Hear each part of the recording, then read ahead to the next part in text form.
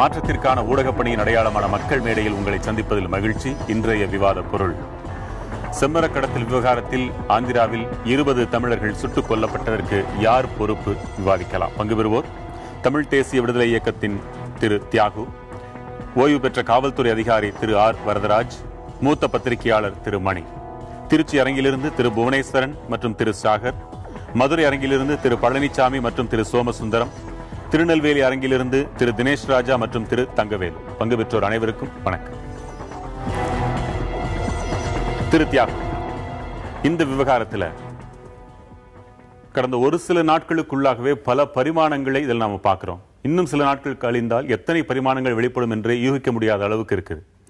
இந்த பிரச்சனையை எப்படி நாம் பார்க்க வேண்டும், முழுமையாக புரிந்து கொள்ள வேண்டும், எப்படி பார்த்து விடக்கூடாது, இந்த ரெண்டையும் சொல்லுங்க. முதலாவதாக, இது நேரடியாக இப்போ நேற்று காலை வந்த செய்திகளின்படி துப்பாக்கிச்சூடு நடத்திய காவல்துறையினர், அவர்களுடைய அதிகாரிகள், அவர்கள் பொறுப்பு. ஆனால் அதற்கு பிறகு நடந்திருக்கிற செயல்கள், ஆந்திர மாநில அரசு அவர்களை பாராட்டியிருப்பது, அதனை நியாயப்படுத்தி இருப்பது, இதையெல்லாம் வைத்து பார்க்கிற பொழுது இப்போ நமக்கு தெரிந்தவரை இதற்கு ஆந்திர மாநில அரசு பொறுப்பு. இல்லை, ஒரு அரசியல் தலைமையினுடைய வழிகாட்டுதலும் ஊக்கப்படுத்தலும் பாதுகாப்பலும் இல்லாமல் காவல்துறை இப்படிப்பட்ட கொலைகளை செய்யாது. அந்த நேரத்தில் எடுக்கப்பட்ட முடிவு என்பதிலேயே உங்களுக்கு சந்தேகம் இருக்குது. அது எதிலிருந்து தெரிகிறது என்றால், இது குறித்து சட்டப்படி கடைபிடிக்க வேண்டிய வழிமுறைகளை ஆந்திர அரசு கடைபிடிக்கவில்லை என்பதிலிருந்து தெரிகிறது. அதற்கு மேல் அவருடைய பாராட்டு பத்திரம். அவர்கள் சொல்கிற எந்த காரணமும் உங்களுக்கு ஏற்புடையதாக இல்லையா? அந்த காரணங்கள் உண்மை என்று வைத்துக் கொண்டாலும் கூட சட்டப்படி கடைபிடிக்க வேண்டிய நடைமுறைகளை ஆந்திர பிரதேச அரசு கடைபிடிக்கவில்லை. முதல் காரியமாக, சம்பவம் நடந்த சரகத்தின் காவல் நிலையத்தில் அவர்கள் முதல் தகவல் அறிக்கை கொலை வழக்கு என்று பதிவு செய்ய வேண்டும் என்பது உச்சநீதிமன்றத்தினுடைய ஆணை. அரசமைப்பு சட்டத்தின் 141வது உறுப்பின்படி உச்சநீதிமன்றத்தின் தீர்ப்பு என்பது நாட்டின் சட்டம். அந்த சட்டத்தை ஆந்திர அரசு கடைபிடிக்கவில்லை. இதிலிருந்தே தெரிகிறது, ஆந்திர அரசு இந்த விவகாரம் முழுவதையும் அமுக்கவும் மறைக்கவும் வேறு விதமாக சித்தரிக்கவும் தான் முயன்றிருக்கிறது. அவர்களது வழிகாட்டுதலும் ஊக்குவிப்பும் ஆணையும் இல்லாமல் இந்த கொலைகளை அந்த காவல்படையினர் தாங்களாக செய்துவிடவில்லை என்று தெரிகிறது. இதிலிருந்தே அவர்கள் சொல்வதை நம்ப முடியாது என்பது தெளிவாக வெளிவந்துடுச்சு. நீங்கள் சொல்வது ஒருவேளை உண்மையாக இருக்கக்கூடும் என்றால் அதன் விளைவுகள், அதன் பின்னணி மிக அபாயகரமானதாக இருக்கும் என்று உணர தோன்றுகிறது. இல்லை, இந்த நாட்டில் எத்தனை மோதல் கொலைகள், மோதல் சாவுகள் என்ற பெயரிலான மோதல் கொலைகள் எத்தனையோ நடந்துவிட்டன. இவ்வளவு மோதல் கொலைகளுக்கு பிறகு அந்த மோதலில் ஈடுபட்டவர்களுக்கு விருது வழங்குவதும் பாராட்டு வழங்குவதும் தான் அரசின் வழக்கமாக இருக்கிறது. தமிழ்நாட்டில் ஒரு குறிப்பிட்ட பகுதியில் ஒருவரை தீர்த்து கட்ட வேண்டும் என்று அரசு முடிவு செய்தால் அதற்கென்று ஒரு அதிகாரியை கொண்டு போய் அங்கே அமர்த்தக்கூடிய அளவுக்கு இவர்கள் பிரபலமானவர்களாக, புகழ்பெற்றவர்களாக இருக்கிறாங்க காவல்துறையினுடைய, அரசினுடைய பார்வையில். அப்படி இருக்கும்போது இதனால் எந்த விளைவும் வந்துவிடும் என்று அவர்கள் அஞ்சவில்லை. திரு வரதராஜ், உங்க பார்வை என்ன? அதாவது இது ஒரு என்கவுண்டர், அதாவது எங்கள் மீது தாக்குதல் நடத்தியதால் நாங்கள் திருப்பி தாக்கினோம் அப்படின்னு சொல்லி ஆந்திர காவல்துறை சொல்வது ஏற்றுக்கொள்ளக்கூடிய ஒரு விஷயமா தெரியலை. எதை வச்சு நான் சொல்கிறேன்னா, இப்போ சமீபத்தில் இன்னைக்கு இப்போ லேட்டஸ்டாக கிடைத்த செய்தி, இந்த 20 பேரில் 7 பேர் கூட சேர்ந்து ஒருத்தர் போயிருக்கார் பஸ்ஸில். அந்த பஸ்ஸில் ஆந்திர காவல்துறை உள்ளே புகுந்து அந்த 7 பேரையும் பிடிச்சிருக்காங்க. அந்த ஒரு நபர் மட்டும் தனியாக வேறு சீட்டில் அமர்ந்ததுனால அவரை காவல்துறை கவனிக்கலை. அந்த 7 பேரும் பிடிபட்டு காவல்துறை பிடிச்சு கொண்டு போனவங்க இதில் சுடப்பட்டிருக்காங்க.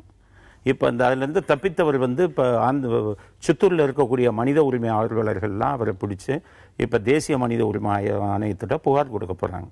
அப்போ இதிலிருந்து என்ன தெரியுதுன்னா, சுட்டுக் கொல்லப்பட்டதில் 7 பேரை ஆந்திரா போலீஸ் பஸ்ஸில் பிடிச்சி கொண்டு போயிருக்காங்கன்னு சொல்லும்போது இது என்கவுண்டராக தெரியலை. நம்பர் 1. நம்பர் 2 புல்லட் இன்ஜுரிஸ், அதெல்லாம் க்ளோஸ் ரேஞ்சில் முகத்திலையும் அவங்க தலையிலையும் க்ளோஸ் ரேஞ்சில் அடிபட்டிருக்கு. இவங்களை என்கவுண்டராக இருந்தால் தூரத்திலிருந்து சுடும்போது அந்த பேலிஸ்டிக் ரேஞ்சை வச்சு நம்ம கண்டுபிடிச்சிடலாம். அந்த பேலிஸ்டிக் ரேஞ்சை பார்க்கும்போது இது க்ளோஸில் பக்கத்தில் நின்று சுடப்பட்டதுக்கான சாட்சியங்கள் தான் அதில் இருக்குது. 3வது, அந்த சிறப்பு படையுடைய டிஐஜி மிஸ்டர் காந்தா ராவ், அவர் என்ன சொல்லியிருக்காரு, காவலர்கள் யாருக்கும் காயமில்லைன்னு சொல்லியிருக்காரு. அப்போ காவலர்கள் யாருக்கும் காயமில்லை அப்படின்னாங்கன்னா, இந்த இந்திய தண்டனை சட்டம் 196 206 பிரிவு ரைட் ஆஃப் பிரைவேட் டிஃபென்ஸ் அப்படின்னு ஒரு அதிகாரத்தை கொடுக்குது. நம்ம உயிருக்கு ஆபத்து ஏற்படக்கூடிய நிலைமையில யாரா காவல்துறையினர் எந்த ஒரு தனி மனிதனும் தாக்குதலை தொடரலாம், தாக்குதல் தொடுக்கலாம் அப்படிங்கிறது தான் அதில் செக்ஷன் 199 என்ன சொல்லுதுன்னா, உங்களுக்கு எந்த மாதிரி தாக்குதல் வருதோ அதே தாக்குதலை தான் நீங்க திருப்பி கொடுக்க முடியும். அப்பதான் அந்த இதுல இருந்து குற்றத்திலிருந்து உங்களை விடுவிக்க முடியும். ஆக தங்களுக்கு எந்த காயமும் ஏற்படாத போது இந்த 20 பேரை சுட்டு கொண்டாங்க அப்படிங்கிறது போது அது என்கவுண்டர்ல வராது, ரைட் ஆஃப் பிரைவேட் டிஃபென்ஸ்ல வராது, அது பக்கா மர்டர்ல தான் வரும். அதனால அவர் ஐயா சொன்னதுபடி சுப்ரீம் கோர்ட் ஏற்கனவே என்ன சொல்லியிருக்காங்கன்னா, இந்த மாதிரி என்கவுண்டர் நடந்ததுன்னா உடனடியாக சம்பந்தப்பட்ட காவல்துறை மேல 302ல கேஸ் போடணும்னு சொல்லியிருக்காங்க. இது சமூக நலனுக்காக செய்யப்பட்ட கொலையா தெரியல, ஒரு பழிவாங்கும் உணர்ச்சியுடன் இந்த குற்றத்தை கட்டுப்படுத்த வேண்டும்ங்கிற ஒரே எண்ணத்தில் அதை பண்ணியிருக்காங்க. ஆனால் அவங்க சுட்டது யாருன்னு பார்த்தீங்கன்னா ஏழை தொழிலாளர்கள். அங்கே செத்து கிடக்கிறவங்க அந்த பாடி, அவங்களுடைய உடை, இதெல்லாம் நீங்கள் பார்த்தீங்கன்னா கூலிக்காக அழைத்து செல்லப்பட்டவர்கள் திருவண்ணாமலை மாவட்டத்திலிருந்து.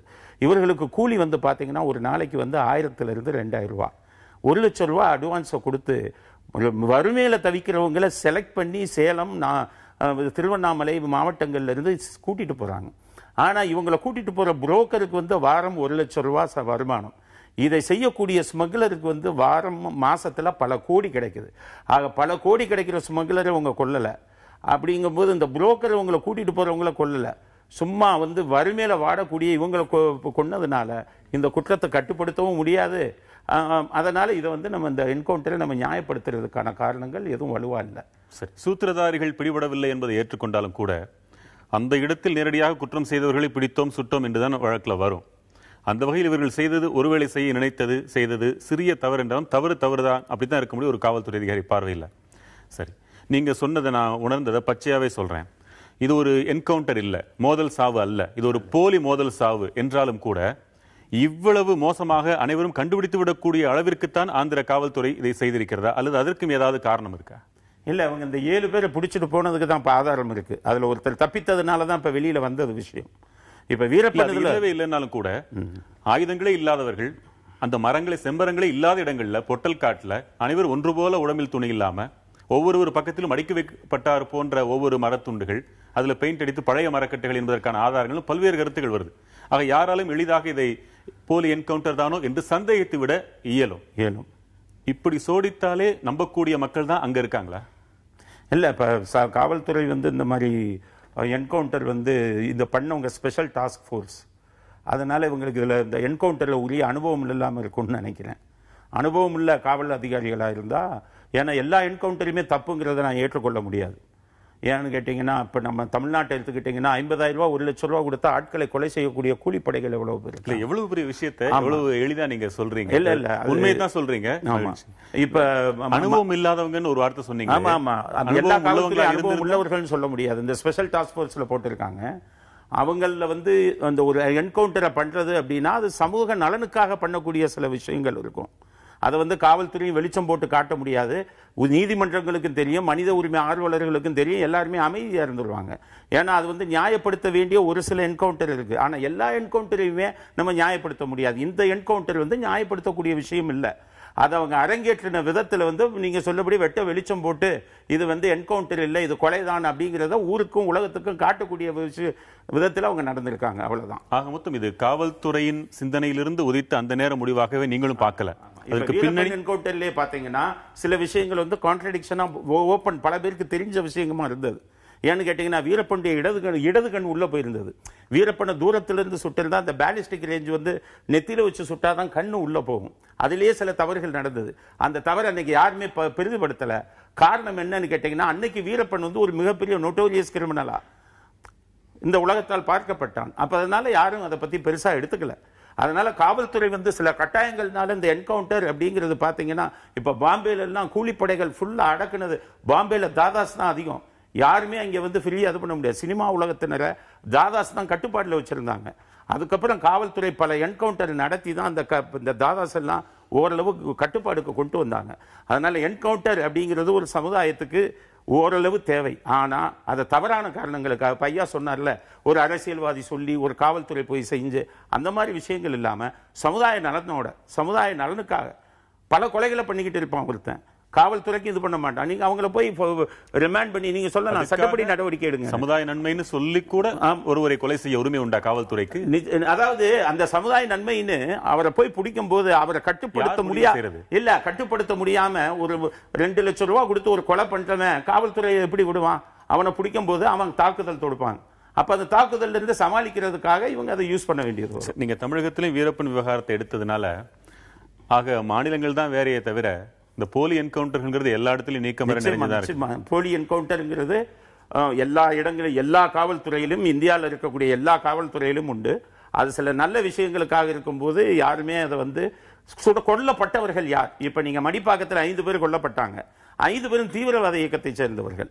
அவர்கள் ஒருத்தருக்கு பார்த்தீங்கன்னா விரலே இல்லை. என்னன்னு கேட்டீங்கன்னா வெடிகுண்டு செய்யும் போது அது வெடிச்சு அவருக்கு விரல் போயிருக்கு. ஸோ இவரெல்லாம் வெளியில போகக்கூடிய ஒரு சூழ்நிலையில என்ன ஆகும்? பல நாட்டில் பல இடங்கள்ல வெடிகுண்டு வைப்பாங்க. ஸோ அவங்களை காவல்துறை பிடிக்கும் போது தாக்குறாங்க. அங்க இருக்க அத்தனை பொதுமக்களும் சாட்சி. துப்பாக்கி சூடு 2 பக்கமும் நடந்தது. அவங்ககிட்டையும் துப்பாக்கி இருந்தது. அப்படிப்பட்ட சூழ்நிலையில் நடக்கக்கூடிய என்கவுண்டரை நியாயப்படுத்தி தான் ஆகணும். அவர்கள் துப்பாக்கியால் சுடும் போது காவல்துறை கை கட்டி நிற்க முடியாது. ஆனா இதுல அப்படி இல்லை.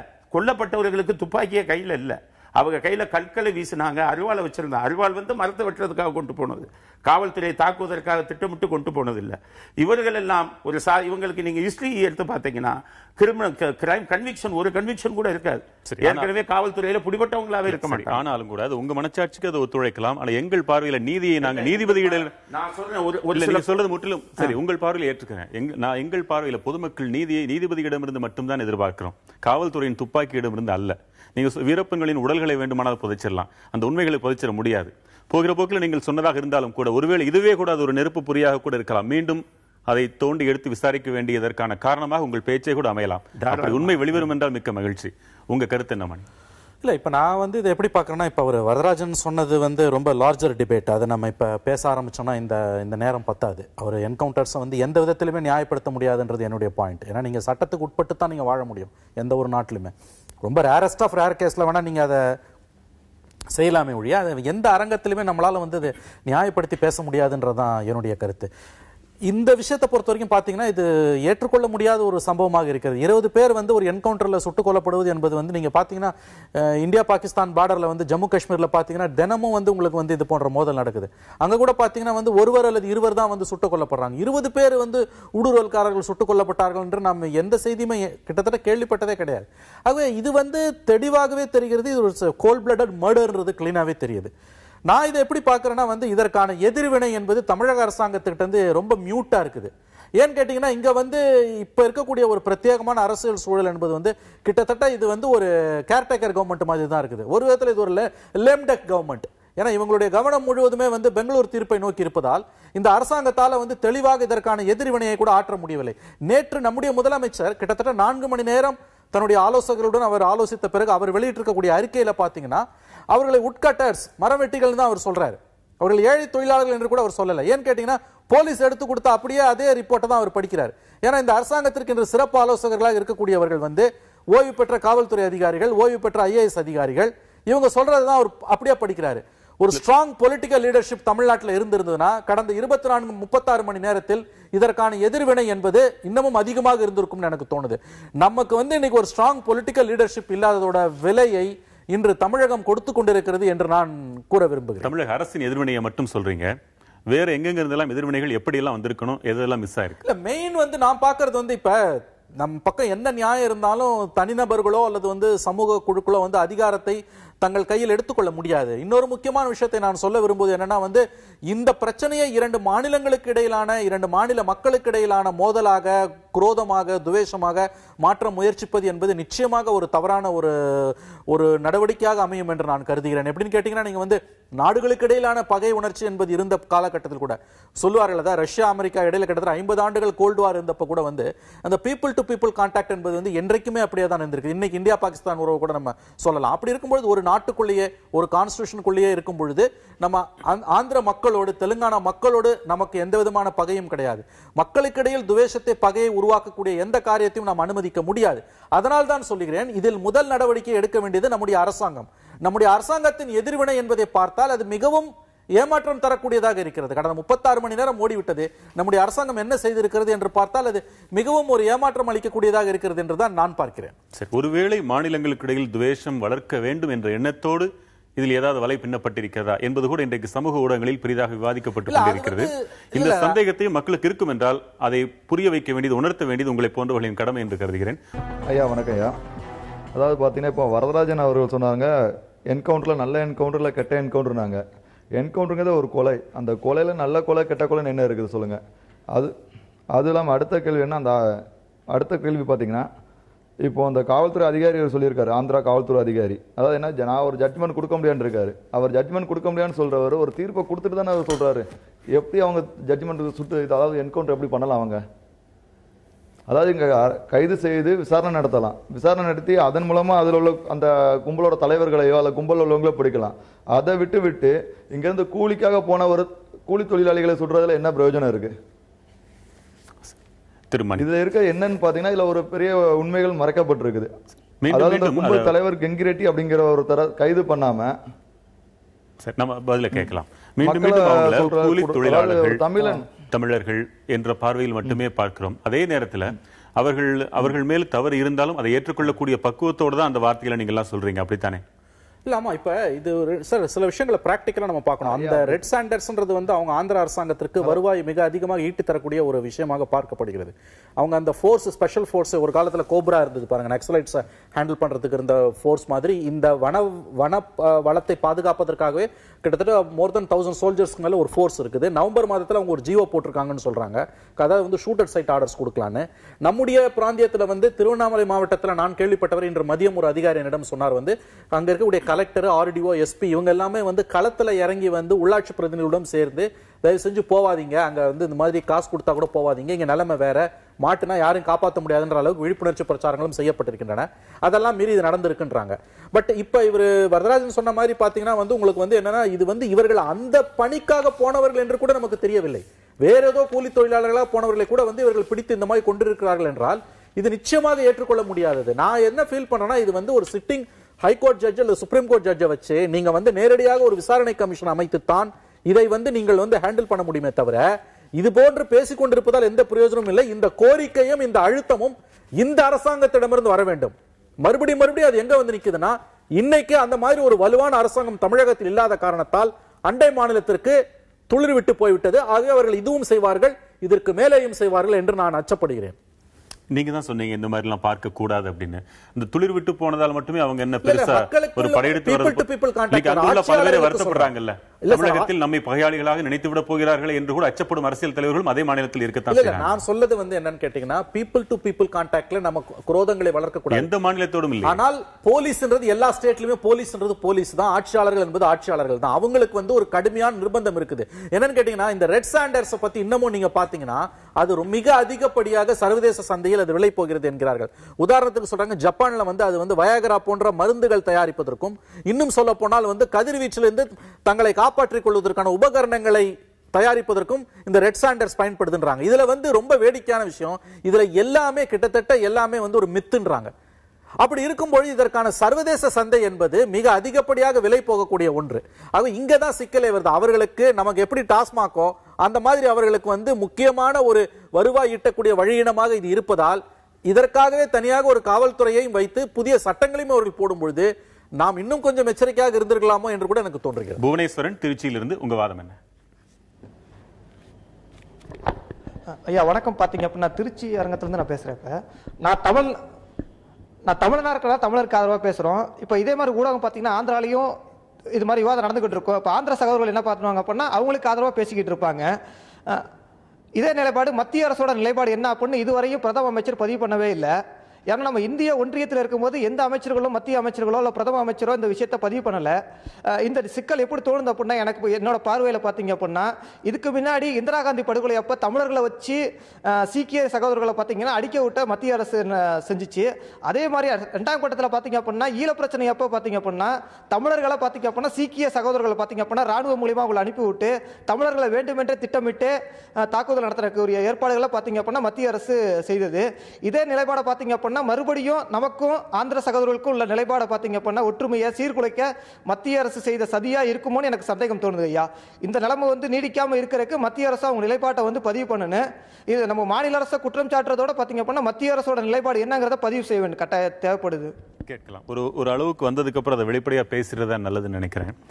ஏற்கனவே கேரளாவோடு தமிழகத்திற்கு முட்டல் இருக்கிறது, கர்நாடகாவோடு முட்டல் இருக்கிறது, ஓரளவிற்கு அணுக்கமாக இருப்பது ஆந்திரா. அவர்களையும் தமிழகத்திலிருந்து பிரித்து விட வேண்டும் என்றெல்லாம் சந்தேகப்படுகிறார்கள் என்றால் இது யாருடைய விருப்பமாக இருக்கும்? அதாவது கேரளா கர்நாடகம் தொடர்பாக இருக்கிற பிரச்சனை, கேரளம் முல்லை பெரியாறு, கர்நாடகம் காவிரி. இந்த காவிரி நலன் என்பது விவசாயிகளையும் சேர்ந்து பாதிக்கக்கூடிய ஒன்று. ஆயக்கட்டு பரப்பை விரிவுபடுத்தி வைக்கும்போது கன்னட விவசாயிகள் தங்கள் கூடுதல் தண்ணீர் வேண்டும் என்று கருதுகிற காரணத்தினால் காவிரி தண்ணி விடக்கூடாதுங்கிறதுக்கு அவங்க நிலைப்பாடு எடுக்கிறாங்க. முல்லைப்பெரியாரில் ஒரு பீதியை பரப்பி அந்த அடிப்படையில் செய்கிறாங்க. இங்கே நமக்கு பாலாறு கண்டலேறு நீர்த்தேக்கத்துக்கு வர வேண்டிய தண்ணீர் வரவில்லை. பல ஆண்டுகளாகவே உரிய தண்ணீர் கிருஷ்ணா நதியிலேருந்து கிடைக்கல. ஆனால் இதையெல்லாம் தாண்டி தமிழர்களுக்கும் தெலுங்கர்களுக்கும் இடையில் கன்னடர் தொடர்பாகவோ மலையாளிகள் தொடர்பாக இருப்பது போன்ற கூர்மையான முரண்பாடு எதுவும் கிடையாது. அப்படி பார்க்கிற பொழுது இது தெலுங்கு மக்களுக்கும் தமிழ் மக்களுக்கும் இடையில் இதில் எந்த முரண்பாடும் இல்லை, எந்த பூசலும் இல்லை. ஆனால் அரசுக்கும் காவல்துறைக்கும் இப்படி ஒரு முரண்பாடு இருக்கிறதான இருக்கிறது. இது அரசுக்கு எதிராகவும் காவல்துறைக்கு எதிராகவும் தான் நம்ம பேசணும். காவல்துறை என்ன செய்யும்? ஏழைகள் என்றால் இலக்காரமாக பார்க்கும். ஏழைகளிலும் கீழ்ச்சாதியினர் என்று அவங்க யாரை கருதுறாங்களோ, தலித்துகள் பிற்படுத்தப்பட்டவர்கள் என்றால் சாதி அடுக்கில் எவ்வளவு கீழே இருக்கிறாங்களோ அவ்வளவு கேவலமாக பார்க்கும். இந்த ரெண்டு கூறுகளோடு மூன்றாவது கூறாக ஆந்திர போலீஸுக்கு தமிழர்கள் என்பது இழிவாக பார்க்கிற பார்வை. தமிழர்கள் என்றால் என்ன வேண்டுமானாலும் செய்யலாம். நீங்க முதல்ல ஒன்று கேட்டீங்க, பார்த்தோன்னு தெரிகிற மாதிரி இப்படி சாட்சியங்களை வைத்துக் கொண்டா செய்வாங்கன்னு. அதிலிருந்து ஒன்று என்ன தெரியுதுன்னா, இது தமிழர்கள். அதே நாளில் தெலங்கானாவில் 5 பேர் மோதல் சாவில் செத்துருக்கிறாங்க.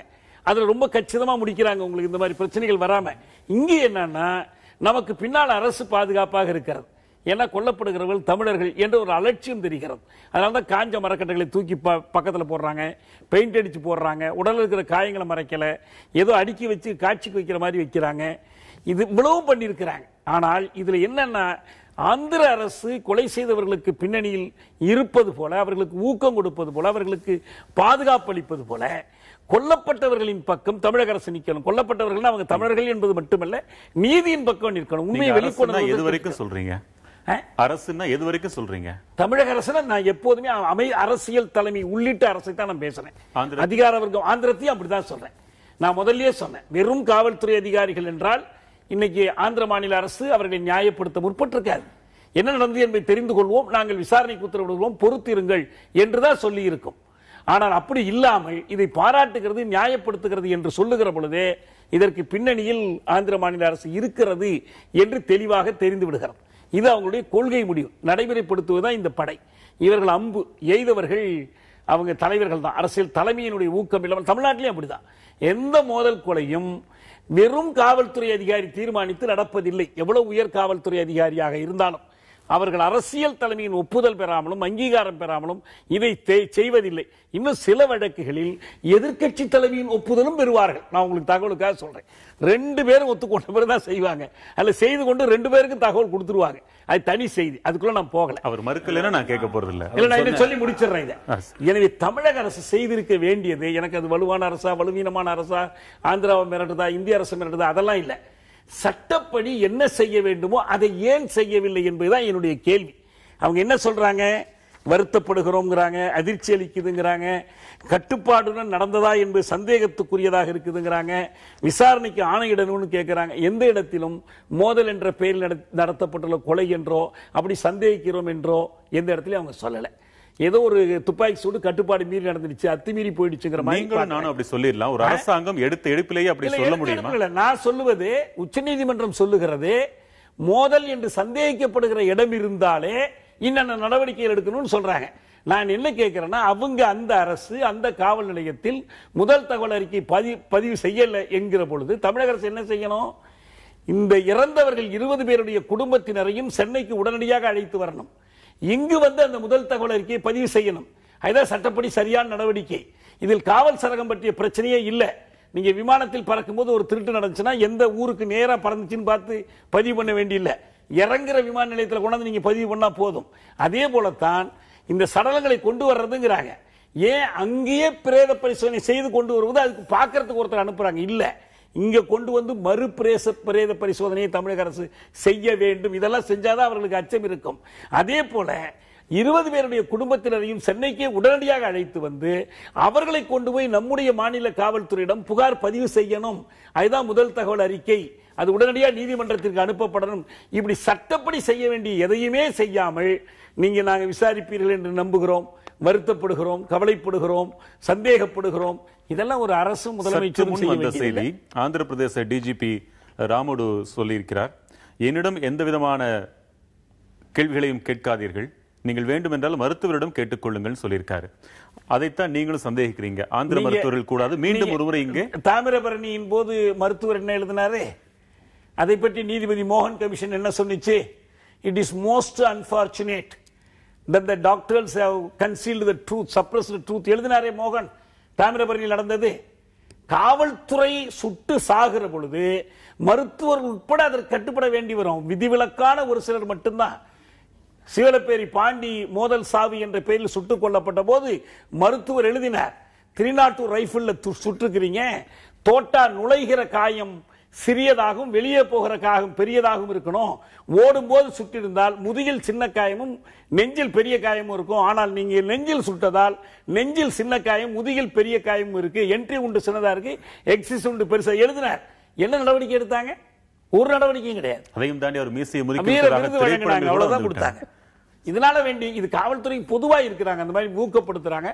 மொரால் ஆஃப் த போலீஸ் முதலமைச்சர்கள் பேசுறாங்களே, என்ன அர்த்தம்? என்ன எல்லையிலேயே சண்டை போட்டுக்கிட்டு இருக்கிறாங்க? சொன்னதுல ஒரு மாற்று கருத்து நான் சொல்ல வருவேன். அவர் சொன்னார், காவல்துறை வந்து கீழ் ஜாதியா இருந்தா, தாழ்த்தப்பட்ட மக்களா இருந்தா அவங்க வேற விதமா நடக்குது. அது வன்மையா, அது எதை வச்சு அவர் சொல்றாருன்னு தெரியல. தமிழ்நாடு காவல்துறையை பொறுத்தவரை சொல்றேன், காவல்துறைக்கு ஜாதி மதம் இனம் மொழி எதுவுமே கிடையாது. இப்போ நீங்கள் இதை வந்து ஒரு தமிழ்நாட்டுக்கும் ஆந்திராவுக்கும் ஏற்படக்கூடிய ஒரு மோதலாக வருமோ அப்படிங்கிற சில அச்சத்தெல்லாம் சில பேர் தெரிவிக்கிறாங்க. மற்ற மாநிலத்துக்காரவங்க இங்கே என்கவுண்டர் செய்யப்பட்டிருக்காங்க. இதுக்கு முன்னாடி 1980களில் பார்த்தீங்கன்னா ஆந்திராவில் ஸ்டூவர்ட்புரம் அப்படிங்கிற ஏரியாவிலேருந்து பல கிரிமினல்ஸ் இங்கே வந்து மிக மோசமான குற்றங்களில் ஈடுபட்ட போது 4-5 பேர் சுடப்பட்டார்கள். அப்போ யாருமே அதுக்கு ஆந்திராவோ தமிழ்நாடோ அதை ஆந்திராவை சேர்ந்தவர்கள் தமிழ்நாடு போலீஸ் அப்படிங்கிற வித்தியாசம் யாருமே பார்க்கல. அதுக்கப்புறம் பார்த்தீங்கன்னா 2000 பார்த்தீங்கன்னா கும்மிடிப்பூண்டி எம்எல்ஏ வந்து சுடப்பட்டார். ராஜஸ்தானை சேர்ந்த கிரிமினல்ஸ் தான் இங்கே வந்து சுட்டாங்க. அதில் வந்து பார்த்தீங்கன்னா உண்மையான குற்றவாளி கண்டுபிடிச்ச உடனே அதில் என்கவுண்டரில் 3 ராஜஸ்தான் குற்றவாளிகள் கொல்லப்பட்டார்கள். அப்பவும் ராஜஸ்தான் கவர்மெண்ட் வந்து எங்கள் நாட்டை சேர்ந்தவங்களை சுட்டுட்டீங்க அப்படின்னு யாரும் கேள்வி எழுப்பலை. அதுக்கு பிறகு இப்போ சமீபத்தில் நடந்த பேங்க் ராபரிஸில் வந்து பீகார் மாநிலத்தை சேர்ந்த 5 குற்றவாளிகள் தமிழ்நாட்டில் தான் சென்னையில் சுடப்பட்டாங்க. அப்பவும் யாரும் எங்கள் மாநிலத்தை சேர்ந்தவர்கள் அப்படின்னு சொல்லலை. இப்போ ஏன் தமிழ்நாட்டை சேர்ந்தவர்கள் குரல் கொடுக்குறாங்கன்னா, அவங்கெல்லாம் கொடூரமான குற்றவாளிகள், குற்றச்செயல்களில் ஈடுபட்டவங்க. இவங்கெல்லாம் அப்பாவி தமிழர்கள், ஏழைகள், வேலைக்காக போனவங்க அப்படிங்கிற மனிதாபிமான உணர்வோட தான் அந்த குரலை எழுப்புறாங்க. நீங்கள் என்ன பார்த்தீங்கன்னா, ஆந்திராவில் இருக்கிற செவரல் ஆர்கனைசேஷனே இது தப்புன்னு சொல்லி அந்த தேசிய மனித உரிமை ஆணையத்திட்ட இந்த வழக்கு ஆதாரத்தோடு கொண்டு போகிறதுக்கான முயற்சி பூரா சித்தூர் மாவட்டத்தை சேர்ந்தவங்க தான் பண்றாங்க. ஆக இதுல வந்து ஒரு மாநிலத்துக்கு சம்பந்தமான பிரச்சனையா நம்ம பார்க்க போறது இல்ல. இப்ப பாத்தீங்கன்னா ஸ்ரீலங்கால அடித்து கொல்லப்பட்ட போது இங்கிலாந்து நாட்டில தான் வந்து மிக அதிகமான பேர் ஆதரவு அதை வந்து பரிதாபப்பட்டாங்க, பல நடவடிக்கைகள் எடுத்தாங்க. ஒரு நொடி. சோமசுந்தரம் மதுரையிலிருந்து உங்க கருத்து. அதாவது மரண தண்டனை பெற்ற குற்றவாளிகளுக்கு மட்டுமே மரண தண்டனை வழங்கப்பட வேண்டும். மற்ற யாருக்கும் மரண தண்டனை கொடுப்பதற்கு எவருக்கும் அதிகாரம் இல்லை. முன்னாள் உச்சநீதிமன்ற நீதிபதி நேஷனல் ஹியூமன் ரைட்ஸ் கமிஷனுடைய முன்னாள் தலைவருமான ஜஸ்டிஸ் ஏஎஸ் ஆனந்த் சொல்லியிருக்கிறார், police does not have a right to take the life of the persons. So காவல்துறைக்கு ஒரு மனிதனுடைய உயிரை எடுப்பதற்கு எந்த அதிகாரமும் இல்லை என்று 2003 அதாவது 2/12/2003 எல்லா இந்தியாவில் உள்ள அனைத்து முதலமைச்சர்களுக்கும் ஒரு நோட்டிஃபிகேஷன் போட்டுக்கிறாரு. எங்கெங்கே என்கவுண்டர் நடத்திருக்கீங்க, என்னென்ன நடத்திருக்கீங்க, அதெல்லாம் 6 மாதத்துக்கு ஒரு தடவை டிஜிபி மூலமாக இந்த கமிஷனுக்கு வரணும்னு சொல்லியிருக்காரு. தோழர் தியாகு சொல்லது போல ஜஸ்டிஸ் வெங்கடாச்சலையா, அதாவது 29/3/1997 அன்று உச்சநீதிமன்ற முன்னாள் நீதிபதியும் நேஷனல் ஹியூமன் ரைட்ஸ் கமிஷனுடைய முன்னாள் தலைவருமான ஜஸ்டிஸ் வெங்கடாச்சலையா என்ன சொல்லியிருக்காருன்னா, உடனடியாக எஃப்ஐஆர் தகவல் அந்த காவல்துறை அதிகாரிகள் மீது பதிவு செய்ய வேண்டும். மற்றொன்று, அந்த ஒரு ஜுடிஷியல் என்கொயரி நடத்தப்பட வேண்டும். அதே மாதிரி போஸ்ட்மார்ட்டம் பற்றி சொன்னாங்க. போஸ்ட்மார்ட்டம் எப்படி செய்யணும்னா, 2 பேர் கொண்ட நபர்கள் 2 மருத்துவர்களை வைத்து தான் நீங்கள் போஸ்ட்மார்ட்டம் செய்யணும். அது மெடிக்கல் ஜூரிஸ்ப்ருடன்ஸ் அண்ட் டாக்ஸிகாலஜி புக்லேயே அதில் கொடுத்துருக்குறாங்க. அது மாற்றக்கூடியது அல்ல. ஆனால் அங்கே நடந்தது என்ன என்பது தெரியவில்லை. மூன்றாவது ஜஸ்டிஸ் வெங்கடாச்சலையா 1997 ஆண்டு இந்தியாவில் உள்ள எல்லா முதலமைச்சர்களுக்கும் ஒரு கடிதம் எழுதியிருக்காரு, நோட்டிஃபிகேஷன் போட்டிருக்காரு. அதில் தான் சொல்லியிருக்காரு, எங்கெங்கே என்கவுண்டர் நடக்குதோ அந்த ரிப்போர்ட்டை உடனடியாக கமிஷனுக்கு அனுப்பணும், உடனடியாக எஃப்ஐஆர் போடணும், உடனடியாக விக்டிமுக்கு காம்பன்சேஷன் கொடுக்கணும், ஜுடிஷியல் என்கொயரி பண்ணணும் அப்படின்னு எல்லா விதத்துலையும் அவங்க சொல்லியிருக்கிறாங்க. ஆனால் சட்டத்தை தூக்கி எரிஞ்சிட்டு 3 மணிக்கு ஷூட்டிங் ஆர்டர் கொடுத்துருக்குறாங்க. மனசாட்சி படி பார்த்துக்கிட்டாலும் இவங்க என்ன பண்ணியிருக்காங்க, ஜுடிஷியரி என்ன சொன்னா என்ன, சட்டம் என்ன சொன்னா என்ன, இல்லை ஹியூமன் ரைட்ஸ் ஆர்வலர்கள் எது என்ன சொன்னா என்ன, நாங்கள் செய்கிறது நீங்கள் என்ன செஞ்சிருவீங்க அப்படின்னு கேட்குற மாதிரியே இருக்குது, ஓப்பனாகவே இருக்குது. இது இன்னும் பார்த்துக்கிட்டிங்கன்னா இதை கொண்டு இவ்வளோ டெட் பாடிஸை கொண்டு நேராக ஓப்பனாக போட்டு அவங்க பக்கத்தில் பார்த்தீங்கன்னா அந்த உட்ஸ் எல்லாம் பார்த்தீங்கன்னா கூட பாலிசிங் உட்ஸ், இதை சாதாரணமாக கொண்டு போட்டு நீங்கள் என்ன தான் பண்ணுவீங்க, சுப்ரீம் கோர்ட் ஆர்டர் போட்டால் என்ன, நீங்கள் மனித உரிமைகள் ஆர்வலர்கள் சொன்னால் என்ன, யார் என்ன மறியல் பண்ணுவீங்க, 2 நாள் கத்துவீங்க, அவ்வளோதானே அப்படின்னு கேட்குற மாதிரி தானே சார் இருக்குது நம்மளை பார்த்து. அவங்க ஊரில் சொல்கிறாங்க, அவங்க ஒரு தெலுங்கு தேச கட்சிக்காரர், இந்த ஐயா சொல்லுங்க இந்த தெலுங்கு தேச கட்சிக்காரரு சொல்கிறாரு, இந்த வீரதேர செயல்களுக்கு நாங்கள் பாராட்டு தெரிவிக்கிறோம் அப்படின்னு. நம்ம ஊரில் சொல்கிறாங்க, ஒரு பெரிய ஹெவியான கண்டனம் கூட நம்ம பக்கத்துல இருந்து பெருசாக போன மாதிரி இல்லை. ஏன்னா நீங்கள் என்ன செஞ்சாலும் நீங்கள் கரண்ட் நாளைக்கு தர போகிறீங்க, மணல் கொடுக்க போகிறீங்க, எதுவோ சப்போர்ட் ஃபேவர் பண்ண போகிறீங்க அப்படின்றது எல்லா பக்கமே மத்திய அமைச்சரவை வரைக்குமே நமக்கு ரொம்ப சாதாரணமாக தான் சார் இருக்கும். நம்மளுடைய அரசு கொஞ்சம் சொல்றபடி பார்த்தோம்னா அங்க எதிர்க்கட்சிகள் பச்சையா தோலுரிச்சு காட்டுற மாதிரி சில விஷயங்கள் சொல்றாங்க. ஆனால் ஒரு ஆளுங்கட்சி அவர்களுக்கு வீரதீர செயல்களுக்கான விருதுகள் கொடுக்கும் அளவுக்கு பேசுறாங்கன்னா, பொதுவாகவே காவல்துறையினர் ஆளும் கட்சியினுடைய ஒரு ஆதரவு இருந்தா என்ன வேணாலும் செஞ்சிருவாங்களா? இப்படிதான் நடக்குமா? இல்ல காவல்துறையினருக்கும் மனசாட்சி அப்படின்னு இருக்கு. அவங்களும் மனிதர்கள் தான். என்கவுண்டர் பண்ணி ஒரு இறந்த உடனே பல நாட்கள் பல மாதங்கள் தூக்கம் இல்லாமல் இருந்த காவல்துறை அதிகாரிகள்லாம் நான் பார்த்திருக்கேன். அவங்க யாரும் எதிரிகள் இல்லை. அவங்களுக்கு இவங்களை கொல்ல வேண்டிய அவசியமும் அவங்களுக்கு இல்லை. சில குற்றங்கள் நடக்கும்போது அதுக்கான மிக மிக கொடூரமான குற்றவாளிகளை அவங்க ஐடென்டிஃபை பண்ணி பிடிச்சு கொண்டு வரும்போது சில சமயங்கள்ல அவங்களுக்கு ஏற்படக்கூடிய சில இன்னல்கள் இதெல்லாம் வச்சு அந்த நேரத்தில் அப்படி ஒரு இதை முடிவு எடுப்பாங்க. ஒரு சில காவலர்கள் அப்படி மன உளைச்சல் இருந்து நான் வாழ்ந்ததற்கான எல்லாருமே இப்ப அவங்க ஆந்திராக்காரவங்க சுட்டவங்க சுட்டது நியாயப்படுத்தல நம்ம இருந்தாலுமே அதை சுட்ட காவலர்கள் மிக மிக மோசமான மன உளைச்சலுக்கு ஆளாவார்கள். அப்படி இருந்தும் ஏன் சொல்றாங்க அப்படின்னா, இது ஒரு அரசியல் முடிவு தான் இந்த என்கவுண்டர். ஆனா பொதுவா பல என்கவுண்டர்கள் அரசியல் முடிவு கிடையாது. சாதாரண குற்றவாளிகள் எல்லாம் மோசமான குற்றவாளிகள் முடிவுகளுக்கு காவல்துறையினர் பகடைக்காய்களாக பயன்படுத்தப்படல. இல்ல இவங்க சொன்னதுக்கு அப்புறம் அரசியல் தலைவர்கள் அதுக்கு சம்மதம் தெரிவிப்பாங்க. அந்த இதை அப்படி பாத்தீங்கன்னா அரசியல்வாதிகள் தங்க எதிர்கட்சியை சேர்ந்த அத்தனை பேரையும் சுட்டுக் கொண்டு இல்லாம இந்த விஷயத்துல 2ல எது நடந்திருக்கும்? அதாவது காவல்துறை அவர்கள் இப்படி ஒரு முடிவை எடுக்கிறாங்க, அரசியல் தலைமையுடைய ஒப்புதல் பெறாங்க, அல்லது அரசியல் தலைமை இப்படி ஒரு கொள்கை முடிவை எடுத்து அவர்களை செயல்படுத்த சொல்லுது. 2மே நடப்பதுண்டு. இங்க என்ன மொத்தத்தில் செய்ய வேண்டியனா, எந்த ஒரு மோதல் கொலையும் நாம் ஏற்றுக்கொள்ள முடியாது. அரசியல் தலைமை கட்டளையிட்டு செய்தாலும் சரி, காவல்துறை தானாக முடிவெடுத்தாலும் சரி. ஏனென்றால் ஒரு இயல்பான ஒரு நிலைதான். கொலை என்பது குற்றம். எந்த கொலை மிக கொடிய குற்றம்? தற்காப்புக்கு செய்கிற கொலை குறைந்த குற்றம், ஆத்திரத்தில் செய்கிற கொலை குறைந்த குற்றம், விபத்து போல் நடக்கிற கொலை குறைந்த குற்றம். ஆனால் திட்டமிட்டு நேரம் குறித்து கருவியையும் தேர்ந்தெடுத்து ஆளையும் தேர்ந்தெடுத்து செய்கிற கொலைதான் கொலைகளிலேயே மிக கொடிய கொலை. ப்ரீமெடிடேட்டட் கோல்டு பிளடட் மர்டர், அதுதான் என்கவுண்டர் கில்லிங்.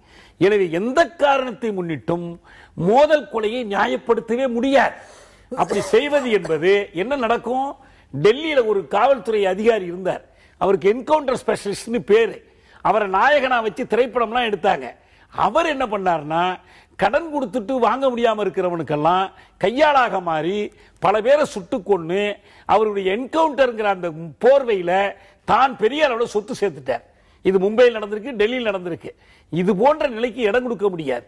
நாம் காவல்துறையினுடைய இரக்க உணர்ச்சியையோ மனசாட்சியையோ நம்பி மனித உரிமைகளையும் மனித உயிர்களையும் ஒப்படைக்க முடியாது. We cannot be at the mercy of the police conscience. நம்ம பொறுத்த வரைக்கும் நாம சொல்றோம், சட்டத்தின் வரம்புக்குள் அவர்களை கட்டாயம் நிறுத்தியாக வேண்டும். மோதல் கொலை என்பது உச்சநீதிமன்றம் சொல்லி இருக்கிறது. அரிதிலும் அரிதான கொலைகளில் ஒன்றுதான் மோதல் கொலை. பொதுமக்களை சட்டத்தின் வழியில் நடத்த வேண்டிய பொறுப்புள்ள காவல்துறை அதிகாரிகளை தான் நீங்க சட்டத்தின் வழியில் நில்லுங்கன்னு கெஞ்சிட்டு இருக்கிறீங்க. அதானே உண்மை? கெஞ்சுவதல்ல, அவர்கள் மீது கடுமையா நடவடிக்கை எடுக்கணும். பத்மினி வழக்கில் என்ன செஞ்சோம்? காவல்துறை அதிகாரிகளை பிரித்து சிறையில் அடைச்சோம்ல, தண்டனை வாங்கி கொடுத்தோம்ல. எவ்வளவு கடுமையான போராட்டத்தின் பிறகு அது நடந்துச்சு. அது ஒரு உதாரணம். ஒரு நொடி. பழனிசாமி, மதுரையிலிருந்து உங்க வாதம் என்ன?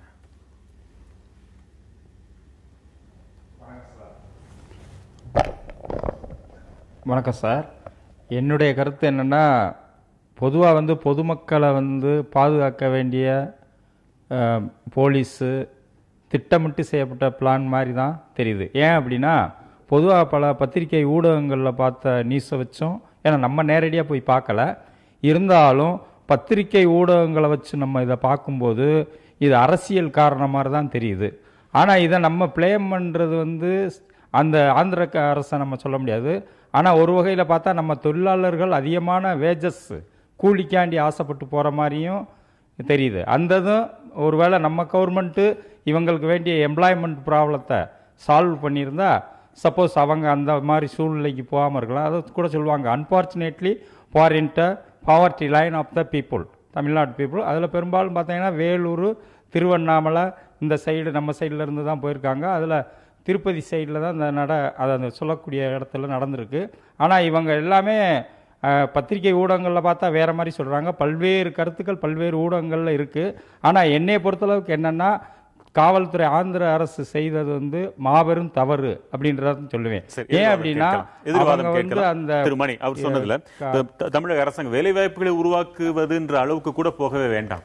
அங்கிருந்து அந்த காவல் சிறப்பு அதிரடிப்படை தலைவர் இங்கு கடிதம் எழுதியதாகவும் இனிமேல் வந்தா சுட்டுக் கொள்வோம் சொன்னதாகவும் அவர் கடிதம் எழுதியதாக சொல்லப்படுகிறது. பாட்டாளி மக்கள் கட்சி தலைவர் ராமதாஸின் அறிக்கையிலிருந்து நான் அதை மேற்கோள் காட்டுறேன். அப்படி என்றால் தமிழக அரசு ஏற்கனவே தெரிந்த ஒன்றை ஏன் தடுத்து நிறுத்தவில்லை என்பது ஒரு கேள்வி. ஆந்திர அரசும் உள்ள சுட்டுதான் பிடிக்கணுமா, அந்த எல்லையிலே பிடிக்க முடியாது என்ற கேள்வியும் வருது.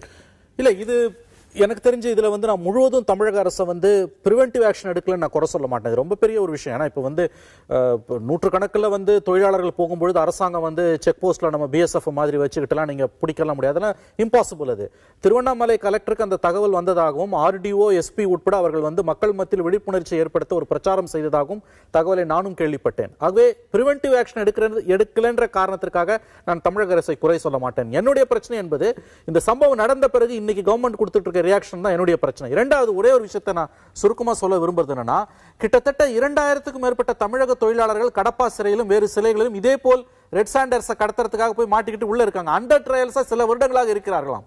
அவர்களுக்கு எந்த விதமான லீகல் அசிஸ்டன்ஸும் இல்ல. இந்த அரசாங்கம் இப்பொழுதாவது அதையாவது செய்தால், இப்போ போன உயிர்கள் போய்விட்டன, லீகல் அசிஸ்டன்ஸ் இப்ப கொடுக்கணும். கிட்டத்தட்ட 2000க்கும் மேற்பட்ட அண்டர் ட்ரையல்ஸ் கடப்பா சிறையில் இருக்காங்கன்றாங்க. தயவு செய்து அவர்களையாவது காப்பாற்றுவதற்கு இந்த அரசாங்கம் முன் வந்தால் அதுவே பெரிய விஷயமாக இருக்கும். தங்கவேலு, நிலையிலிருந்து உங்க வாதம் என்ன?